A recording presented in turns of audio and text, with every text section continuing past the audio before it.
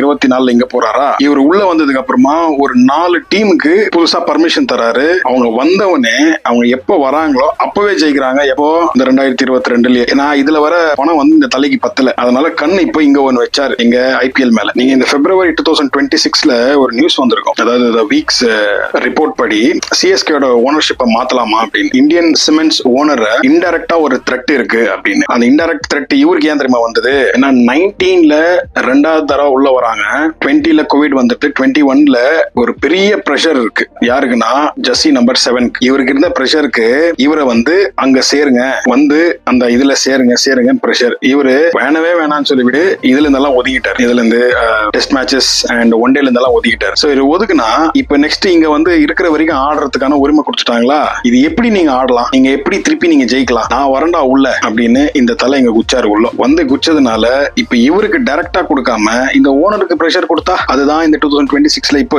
பிப்ரவரியில நடந்த ஒரு பிரஷர். இது இவருக்கு கொடுத்தது இல்ல, நம்பர் 7 ஜெர்சி போட்டவருக்கு இன்டைரக்டா கொடுக்குற ஒரு பிரஷர். அதை நீங்க பாத்தீங்கன்னா தெரியும். இப்ப கடைசி 9th and 10th பிளேஸுக்கு அடிச்சுக்கிறாங்க. உங்களுக்கு நான் சொன்ன இவ்வளவு டாட்ஸ் மேலேயும் நம்பிக்கை இல்லைன்னா நீங்க கொஞ்சம் ரிவைண்ட் பண்ணி பாருங்க. இதுக்கு முன்னாடி வரைக்கும் மும்பை, சென்னை தான் வந்து கிரிக்கெட்டோட ஹெட் குவார்டர்ஸா இருந்தது. இது எல்லாம் இப்ப சேர்ந்து ஒரு இடத்துக்கு போயிடுச்சு, அகமதாபாத். நீங்க பாத்தீங்கன்னா வேர்ல்டு கப் ஃபினாலே அங்கதான் நடக்கும், ஐபிஎல் ஃபினாலே அங்கதான் நடக்கும். இப்ப இன்னொன்னு இந்த வீடியோ சேவ் பண்ணீங்க, இந்த வருஷம் 2026 இது சிஎஸ்கேக்கு இல்ல. இந்த பர்சனோட முக்கியமான ரூட்ஸ் எல்லாமே இங்கதான் இருக்கு. சோ இந்த ஸ்டேடியம் பில்ட் பண்றப்பவே அவர் வந்து GCA ஓட ஜாயிண்ட் செக்ரட்டரியா இருந்தார். இப்போ வேர்ல்ட் டிசிஷன் மேக்கர் ஆயிட்டாரு. இந்த பர்சன் இருக்காருல்ல, இவரு சீசனோட வின்னர் யாருன்னு ஆல்ரெடி இந்த சீசன் டிசைட் பண்ணிட்டாரு. சில பேர் நினைக்கலாம் இவர் எப்படிங்க நினைக்கலான்னு. ஜஸ்ட் இமேஜின் பண்ணி பாருங்க. 38.5% ஆஃப் பணம், central power system, private clubs, bank systems, இவங்க எல்லாம் நினைச்சா இது எல்லாமே ஸ்கிரிப்ட் பண்ண முடியும். இவரு